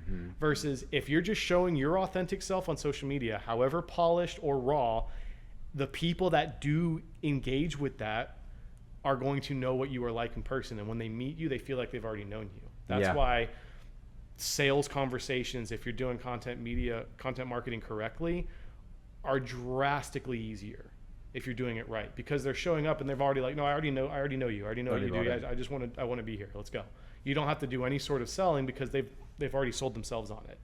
If you're doing the doctored up, highly polished, or, you know, even if you are a highly polished business and you're inauthentically doing raw content, you're mismanaging the expectations. You're right. Yeah. So it's just so important to just be you, because it's more fun and it's more exciting. It's easier to maintain. Again, I'm someone who I enjoy the video editing. I do a little bit of swooshes on my videos and put the music behind it and all of it because I'm extra. But that's how I talk to people. I'm very theatrical, so it usually makes sense when you connect. But completely lost my train of thought. Just staying in. The music's a big one. I'm the same way with that. I'm sure you are, especially having a music background. It's like, some stuff. All right, if I'm editing on Instagram, I mean, it's great music selection, of course, right? But it's like, man, the thing I hate the most is like, all right, if I want to make a quick cut, man, I need that beat to hit right. To the T, even because it's so hard to do. And even if you find the good music on Instagram, it's like you can't get that transition just perfectly right. I'm like, man, throw this thing on Premiere Pro. Let's get some, non-copyright music and let's make it happen. Yeah, absolutely. You get real granular with it real fast. Yeah. It's fun though. It's fun. Yeah. Do you guys work mostly? So you also work integrally with the marketing as well? I do. Very neat. Very neat. Yeah. She's the creative powerhouse behind everything. I love it. All the visuals. It's needed. Yeah. We need more people that are on purpose, like both you guys, especially you running with the nutrition component, because like we said, the media against health is so strong. We need more people to promote and be exceptionally good marketers and promoters and put out the stuff for things that actually are creating a big impact. Yeah. I will say, as I take the marketing advice that we give to other people, when you apply it to yourself, like, because you're so emotionally involved, like, it took me forever to get my own website up. Like, it's officially launching, like, this weekend. I've been telling everyone, it's going up, it's going up. What's the website? We'll plug it. Thanks. saltlighthealthcoaching.com. Saltlight Health. Okay. Yeah. And because I'm like, it's just got to be just right, and this is what I would do, this and that, and so it's so hard. But again, it goes back to like what's authentic, right? Because people vet everyone and everything online now. That's like the luxury we have. Like, it could be, you could vet a new pair of shoes, look at all the reviews, you can vet your chiropractor, like, and look at all the competitors, whatever it is. So I definitely get in my own head at times when it comes to my own content, but then I'm like, look, I want people to want to know what it's like to work with me. I hope they just look at my stories and they just know, like, this is how I talk. Half the time I don't have makeup on, half the time, it's just, I'm trying to be exactly who I'd be when I show up with someone. And, and because nothing is going to take away the power of human connection ever. And no matter what AI tool and we talk about like automation quite a bit, like automating email marketing and things like that, so that you can focus on what it is that you love to do, right? Like, so how automation takes into a play on marketing sides. But when it comes to the actual content itself and how people are going to relate to you, you have to be as human as possible. Yeah. Otherwise, I mean, because there's plenty of information. Like, even look at health and medicine, right? Like, I feel like it's become so cold that healing isn't actually happening. Oh, definitely not. That's long gone. Yeah. Healthcare is not healthcare anymore. It's sick care. Yeah. 100%. Keeping you from dying. Stay alive. And look, like, and it's not the doctor's fault either. No. It's the system's fault. I mean, they're phenomenal doctors. It's a terrible system. Yeah. And the system doesn't allow doctors to be truly practitioners. Like, a lot of doctors are passionate, and I think the educational system and medical school and medicine isn't up to par with health. It's more, but their job is to keep people from not dying, and for sure. But just your average primary care, the system is just very quick, high volume, in and out, very heavily focused on pharmacology, because that's how they get paid. They don't get paid to educate you on nutrition. They get paid to prescribe you, and that's just the reality of it. Right. Yeah. I think there's a shift happening a little bit that I've seen where I've been able to work with other people's doctors, like as a care team, a plan, and even if it is other practitioners that I've been able to work with, like, they have a care team. This is the way it should be. Let everyone do what they do really well, and like if you break your elbow, don't come to me. Like, I can't help you. I'm going to tell you to go to the doctor, and you're probably going to need surgery. But and that's great. But then leaving, then we can talk about what the nutrition part is. But all of that's human touch. Like, when someone feels cared for and seen by not just one person, by several people, like, think about a care team. Like, I have several people making sure I'm good. They're going to be so much more empowered, and their results, I believe, would surpass anyone else that doesn't have that direction. Just the belief that they can get better and that they can heal. Because I think that's what's lacking. When you leave a doctor's office, I couldn't tell you the last time I felt empowered. I don't feel great usually. But then it's when I work with the other practitioners that, see me, that help give me direction and see what I'm going through, and can be there with me emotionally, and then help me stay on the track logically. When you take sometimes you gotta take emotion out of it, like this is what needs to happen. But it's that human touch. Absolutely, everything.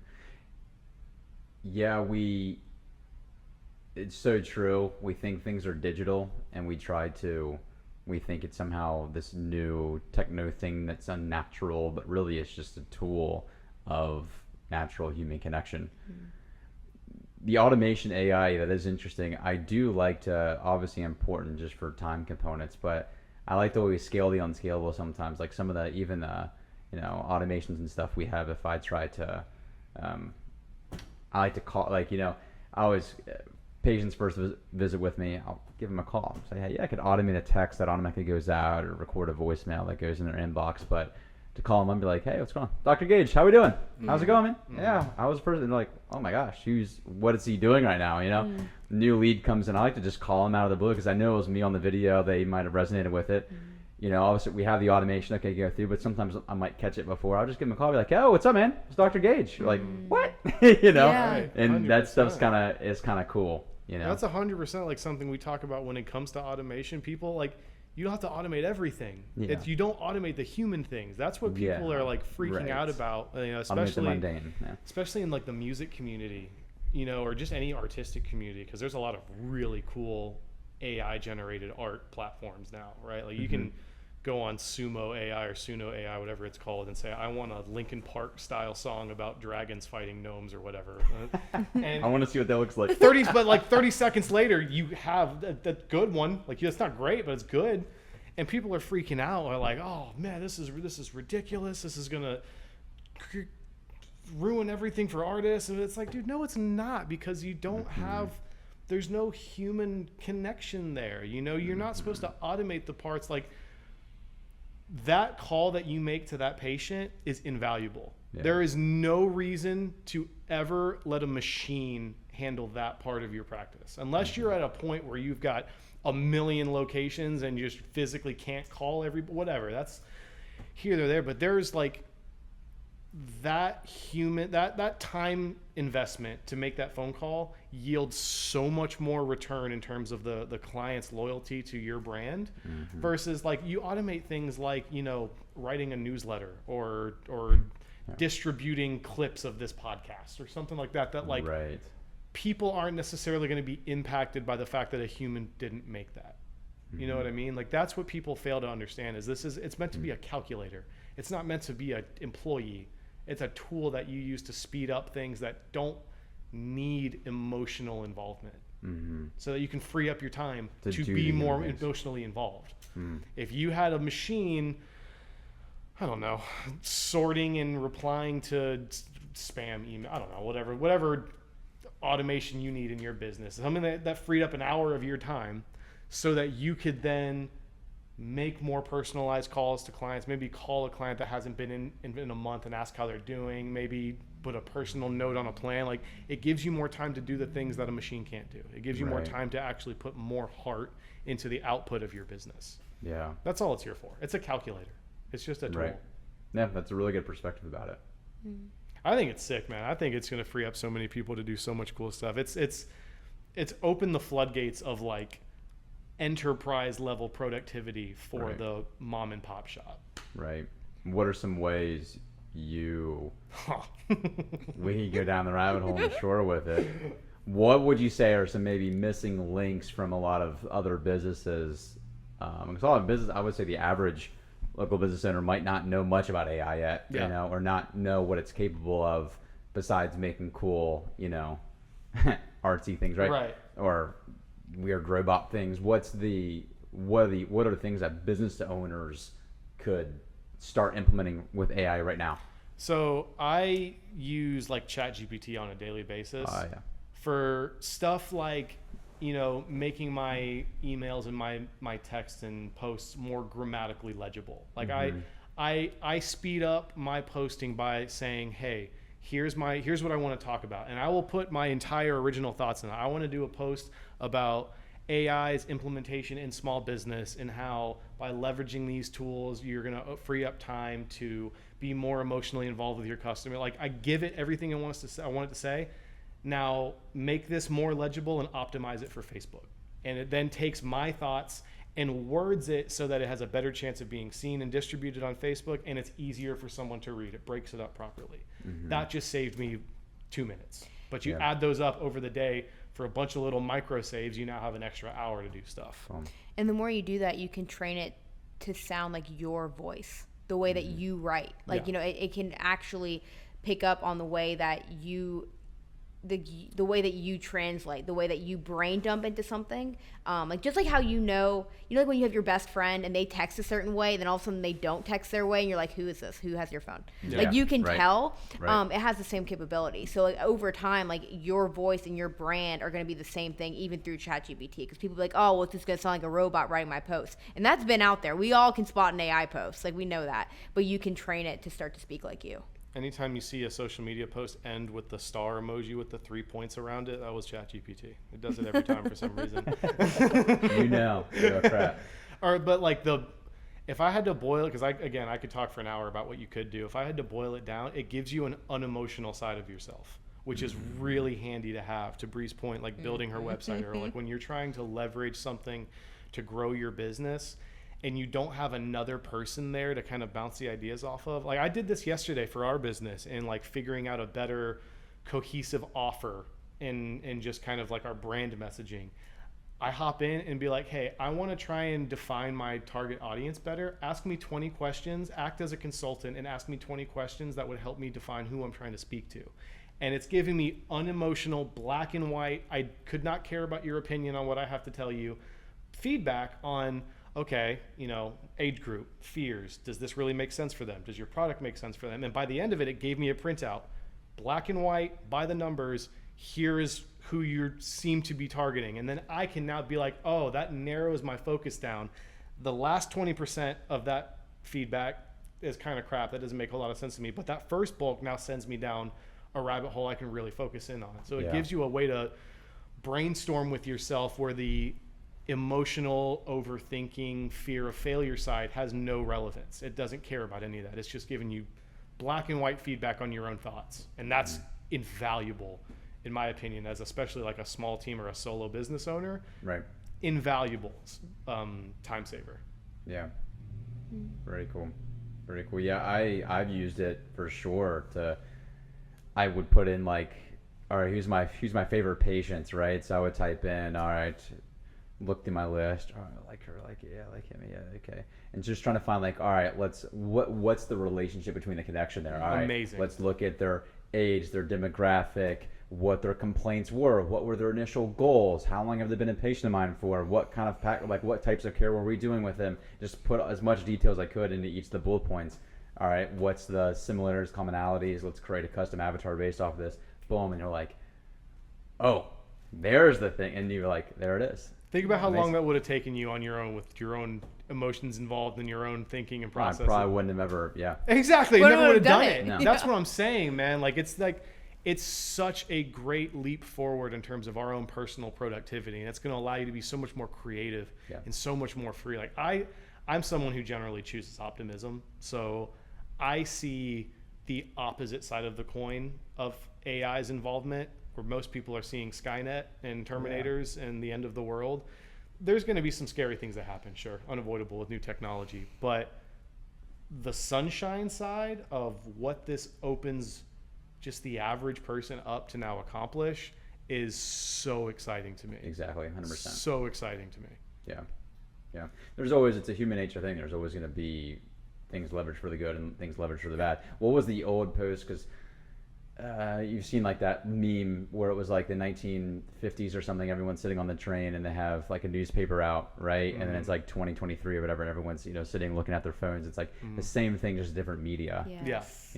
Exactly right. But the AI is, I think, something completely new that will take some rebalancing effort to find its right place. But it already has. I think it's on its path. Yeah, and it's going to be a new tool, just like social media was a new tool. Right. Like asking, okay, how can local business owners really apply this? Like when Facebook first hit the scene, that would have been a more difficult thing to answer. Well, it's going to be the people who are forward thinking and are trying to adapt it in now that are going to be ahead of the game, because it will be commonplace. It will become a thing like social media is now, where if you're not using it, you don't stand a chance in some capacity, you know? For sure. And how the power of AI, I think, is now going to integrate with all the media that you're putting out there, you know? So for example, this podcast, you know, everything can be transcribed with AI. Well, now, hey, if someone's researching a particular topic or a particular person or thing, well, this conversation we're having now can relay into some of that data, right? So interesting. It's a Pandora's box for sure. You know, there's a lot to dig into with it, but I think it's going to be a net positive addition to the world. I really do. Absolutely. Well, wonderful. Well, this has been a pretty cool conversation. I loved I think we did a good job with the interplay going into. You did. Crushed the balance of this, did. bro. That was 10 out of 10 podcast hosts. That was fantastic. Yeah, absolutely. But at the end of the day, there are a lot of parallels with it. I think with running a business to understanding media branding, to understanding health optimization, fitness, nutrition, like all of it. I think it does boil down to setting goals, understanding where you want to go, and having a plan and a path to properly get there. And yeah, very cool. We'll always end on some fire round questions if you guys are cool with that. Oh man, see, he's excited. I stress. Love a fire round. Cool. I usually have something written down, but I'm just going to go from the hip on this one. So we'll ride through it. Well, first question before to understand context before we get into it. Is I am curious, are you guys, because you guys live in the Roswell, Alpharetta area, right? Are you more Fulton or Cherokee? Fulton. Fulton? All right, Yeah. okay. We're trying to get to Cherokee. Trying to get back Yeah? into Canton, yeah. Are you guys from here? Yeah. So we grew up over by Lassiter High School, Oh, really? Okay. over in East Cobb, and we lived right down the road over by the Target here in Woodstock. Other direction. Oh, really? Other direction? That way. That way. Yeah. Yeah, That's where I was Target that way. pointing. Okay. Target's that way, yeah. Neither here nor off there. 92. And what? Yes. Yeah. Yeah. That way, yep. We lived in Woodstock for a couple of years, and then we just recently moved over to Roswell last year. Ah, very cool. Yeah. How do you guys like it in Roswell? Food's better. Yeah. Oh, for sure. Food is Yeah. definitely Yeah. better. That's the main reason. We just moved to Canton, and it's like, yeah, food. Canton's getting over there, Woodstock. though. It is. Canton's It is for getting sure. there. It You is guys for got sure. Going Coastal out there in downtown Yeah, Canton. That it's place pumping. is top tier. A lot of new things. There's La Cantina. I'm excited to try that new Mexican restaurant that opened in downtown Canton. So downtown Canton, there's some stuff happening. A lot new businesses are going in that area. Yeah. New restaurants. There's some new buildings. So like stuff's happening up there for sure. Yeah. I think in its own unique way. I don't want it to become a Roswell or Woodstock 2.0, right? Right. No, I think it's, especially with the mill on Etowah, I think it's Yeah. really, I think they're doing a good job of keeping it Keeping Canton. it industrial Yes. and geekish. That's Yeah. what Canton is. So a lot of history there for sure. Yeah, it was so cool to me coming down from West Virginia to here. It was like, obviously, Atlanta. I grew up in a town of 7,000 people, you know, or maybe more. It's like close to 9,000 now, but small town, right? To come to a huge metro area of Atlanta, cultural, everything was so different to me, but loved this area, Cherokee County. My wife and I came here and just checked up the list of everything, you know. But fire on, what's your favorite thing about living in this area? Ooh.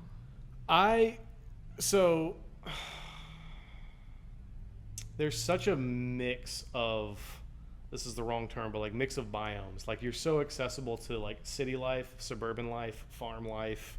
Like it's all right around the corner from each other, especially Canton. I really love Canton because like the different experiences are very localized very well. You can go to the mill on Etowah, and that's a really upbeat nightlife, get food and drinks kind of experience. And then you can drive 5 minutes and be on someone's like 20-acre property and just be silent. So I think the metro Atlanta area is very good at like kind of giving you everything you would want to experience really close by. Right. That's why I loved it, because it's the mix of the small town feel, country, but also urban life as well. Yeah, absolutely. I was gonna say the same thing. Funny enough, like I was just gonna say, you can get to anywhere. Like you can get to anything. Really anything that you need to get to. Like it's there, at least within like 20 to 30 minutes. Yeah. And, you know, I feel really, really grateful for that, because I know there's a lot of people who live in areas where, like, you know, they live in food deserts or something like that. They don't have a grocery store for, you know, like an hour away or something like that. I'm just grateful that the same idea, because we tiptoe the line of, like, I've lived in Atlanta, hated it. Yeah. I've lived in Savannah, hated it. I'm a suburbs gal. Like, I'm good with that. You know what I mean? Like, I'm cool. Yeah. Yeah. So. Yeah, we thought about opening in Buckhead for a minute, and I always joke. I was like, yeah, we literally kind of dodged a bullet on that one, I think. Yeah. Yeah. Wasn't us. No, we love the area for sure. What's your favorite restaurant you guys have? I'm not a guy of favorites. I can't really answer that question, to be honest. But That's big of you to acknowledge when you ask the question. well, if he was asked, what's your favorite restaurant, favorite musician, favorite even genre of music, it's like, oh man, like, well, where are we gonna go? What mood You am know? I It's in? situational. Yeah. See? Yeah. He gets so mad at me because I don't have favorites either. Well, it's not playing the game. Whether you do or you don't, you just give an answer. Yeah, true, right? Have fun. Yeah, it's like, just answer the game. It's a rapid fire, guys. Come on. I probably would say True Food Kitchen, right? Of course, I'm gonna say True Ooh, Food True Kitchen. Food, okay. My Yeah, it's over favorite. in What do you? Avalon. Yeah, the Avalon. Okay, I knew the one in Avalon. I don't know if Yeah. there's another one. Yeah, we love True Food. That's a good spot. I love Superica's good there too on the Avalon. We haven't been there yet, and Oh, really? It's I not- love Mexican food. It's good. Is it super? That's what it is now. Okay. Yeah, Okay. it was. Am I saying it wrong? Is it Superica? No, we're both guessing. I couldn't Oh. tell you which one of us is right. Okay. It was something prior to that though. It was El El Felix. Felix. Oh, Yeah. really? It was I a didn't know different that. thing, Okay. yeah. Then it switched over. But Rumi's is really great too. I want to go to check out Rumi's. Ooh. Rumi's Yes. is fire. We've always wanted to go. I think you know what would happen? My wife and I, we would always try to walk in, because I don't think they take reservations if I'm right, or do they? They I do. think They do? Okay. But they're always very busy. Yeah, probably Yeah. why. So we would go in, I think, it's probably what it was. We never really thought to make a reservation. We would just go to the Avalon. We're like, oh, Yeah, like you we want to definitely- check it out. So we would always walk in like, okay, it'll be like a whatever minute wait, and then like hour and a half, hour Yeah, you definitely 45. struggle to walk into Rumi's. And we're like, all right, well, yeah. So we're like, all right, let's try to, we'll hang out. But every time it's always been like, we want food like within the next 20 minutes kind of deal. So then I think we Yeah. would end up like going to Yeah. Superica or Superica or whatever, and doing Yeah. that. But As someone who is also an appreciator of like clean food, you will love Rumi's. yeah. Don't sleep on their It's chicken Persian, wings too. right? It's Yeah, Persian. yeah. They got great They're chicken non-bread. So good. So good. Nice. wings. Okay. Oh my God! Next question, please. All right. Cool, you're okay. You're wearing Falcons. Sports teams. Neither one of us are huge sports people. I'm Okay. a Falcons fan by a Falcons family. Yep. I do enjoy the Falcons, but I have since kind of fizzled out of my sports fanaticness because I've been let down too many times. I've chosen to put my focus on other things.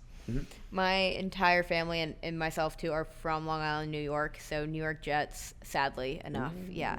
It's yeah, it's sad though. It's not a lot to There's optimism, maybe. when you're There's always you're just optimism at the beaten beginning of the down. season, and Yeah. Always let down. Well, yeah. Rodgers getting hurt last year was kind of the, ice. But I'm a Jaguars fan, so Okay. that's my sports team. how are they looking this year? Same 0-2, so terrible. But same deal. There's always that optimism and just never. I mean, there's no rhyme or reason why I'm a Jaguars fan. I was in preschool, I think, at the time when they like first became a franchise, and my brother, he was a Eagles fan, and because he grew up outside of Philly, is where he was born and raised at, in Wilmington, Delaware. So he was an Eagles fan, and so that was back when they had they were a pretty good team back then. And so I liked the Eagles because he did. And he was like, look, you can't like the team just because I like them, So he was like, you got to pick a new team. So we whipped up on, dial-up internet, 20 hours later, he was able to bring up the list of all the NFL teams Wow, and you their really logos. went in on it. And he's like, all right, no, this legit happened. Like, I remember it. I was literally probably preschool, so 4 years old or whatever. But he literally I remember it clear as day. He was like, you have to pick a new team. And he brought up a photo of all the NFL logos and said, pick one right now. And my favorite shirt that I wore in preschool, it was a Jaguar. Oh, Okay. wow. I was like, shirt. Like, there's so many pictures of me wearing this shirt. I don't know why. I loved it. So the second I saw that logo, I said, that's my team. And at the time, I guess they were a decent team back then, when they first started out. They were a winning season team. So he was like, all right, yeah, they're pretty decent, good team. and 20 Dude, years that's passed by amazing. of just horrendous. But loyalty is a strong Loyal. suit of mine, and so since that moment, I said That's I'll forever be a incredible. Jaguars fan, with no rhyme or reason why. It's just that moment. Good for you, brother. I appreciate your Man, commitment. dude, when they win a Super Bowl, that will taste so sweet. To me. I'm waiting my whole life for this. I always said I'll go. I'll be at the Super Bowl when they make it. I'll Man, be there some rhyme or reason. that's one of the reasons I'm a broken Falcons fan and not excited about Yeah. it. My mom worked for the Falcons at the time of that Super Bowl. My parents were actually there when we blew really? it with the Patriots. Yeah. And that was a dark time. That was a dark time for all of us. This is the plane ride because Arthur Blank flew out the entire company. So the plane ride home was dead silent. Like nobody. And Yeah, they had to she's- fly home that night too. So She everyone was just like, I've never been in a more uncomfortable situation. Oh my god. Wow. brutal. Oh man. Okay. Let's say, what would be one piece of advice if you could go back to your younger self? Let's say newer entrepreneur, just starting the business. What will be one, hard to answer, but what will be one piece of advice you would give to that person in that moment? Maybe they're just starting out, struggling a little bit. What would you tell them? Why are you looking at me? You know, I answered first the first time. Find out who you are first, I think is the big one. Again, it goes, all of this talk around authenticity that we've had in this podcast is because we had no idea who we were in the beginning. And like we knew like what we were interested in and how we wanted to help people, but like who we were as at our core, even as individuals, we didn't have that yet. And we found that out through the process. So find out who you are through trial and error though. Yeah. Yeah, that's the only way you'll find it. Mm-hmm. You'll know what you do like about yourself, what you don't, what you want to improve about yourself, right? And you like the way those people do things, you don't like the way those people do things, and that's how we build ourselves as humans. So. Yeah, you learn through your experience. Yeah. Mm-hmm. I would probably say something to the effect of nothing's permanent. You know, I was always a kid. Honestly, I'd still struggle with it to this day. I over catastrophize things in my head. I always have growing up, where it's like, if I make this one mistake, the world's over. And so I think as a kid that kept me from really trying a lot of stuff. And now I feel like I'm a little late to the game in exploring all the things I wanted to explore. So just, there are very few instances where like one simple failure leads to permanent damage, or leads to a permanent mess up, especially if your intentions are good. So yeah, just everything's not so permanent. Life's not so heavy. You know, surrender that to something bigger than you. Absolutely. How big has faith been for you guys and your business and journey? The first iterations, not big enough, and I think that's Yeah. why most of our ideas have failed. I would say we are in our biggest faith season right now, and it's everything. I mean, you can't put a scale on how big it is to how, like, what we're trying to grow. I mean, that's what it's all for, right? You know, I think we're given a purpose at the end of the day to just shine light on the world and glorify God and be of service to the people around us. Doesn't matter what that is, as long as you're doing something to lift somebody else up. Yeah, and I think too, for like my nutrition practice in specific, you know, I worked with people for years where on paper they were doing everything right, and I was struggling. So I was like, what am I missing as your coach here, as your practitioner? Like, what is the missing piece? They're eating all the right foods, and they were like doing all the right exercise, not overdoing it, not underdoing all these things. And you know, until you're willing to go to that deeper level and have those conversations around the emotional conversations or the spiritual conversations, like that was the massive piece that was missing. Because when you look at physical health and mental health and spiritual health, like I said earlier, like those 3 points have to be in balance or else you'll never feel whole. And that was my own experience.